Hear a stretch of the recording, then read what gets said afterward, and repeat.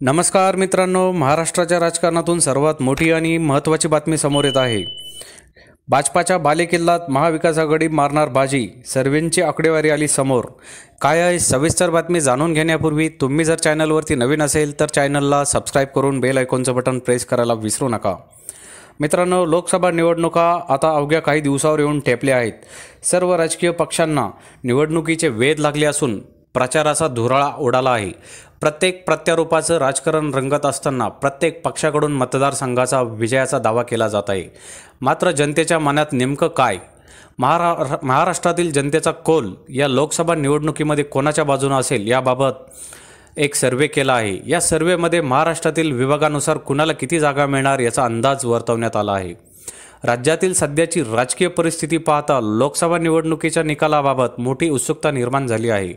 महाराष्ट्रातील दोन प्रमुख पक्ष असलेला राष्ट्रवादी आणि शिवसेनेत मोठी फूट पडली आहे। त्यामुळे यावेळी निवडणुकीत चोरस निर्माण होण्याचा अंदाज आहे। राज्यात लोकसभेच्या एकूण 48 जागा आहेत। मेगापोलमधील सर्वेनुसार महाराष्ट्रामध्ये एनडीए आघाडीला 41 जागा मिळणार असा अंदाज आहे, तर इंडिया आघाडी अर्थात ठाकरे गट आणि पवार गटासह काँग्रेसला 7 जागा मिळण्याची शक्यता आहे। विदर्भाबाबत बोलायचे झाल्यास विदर्भातून सुरुवातीपासूनच भाजपचा बालेकिल्ला राहिला असेल। भाजपाकडून नुकतीच महाराष्ट्रातील लोकसभेच्या 20 आमदारांची यादी जाहीर करण्यात आली आहे।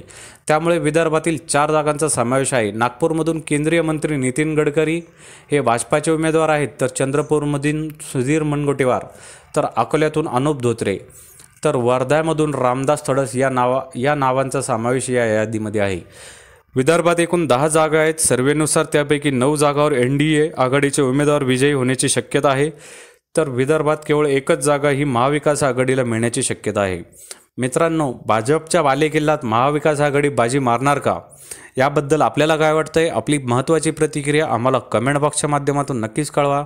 चॅनलला आणखीनही सबस्क्राईब केलं नसेल तर चॅनलला सबस्क्राईब करून बेल आयकॉनचं बटन प्रेस करायला विसरू नका। भेटू लवकरच एका स्पेशल रिपोर्टसह। तोपर्यंत धन्यवाद। जय महाराष्ट्र।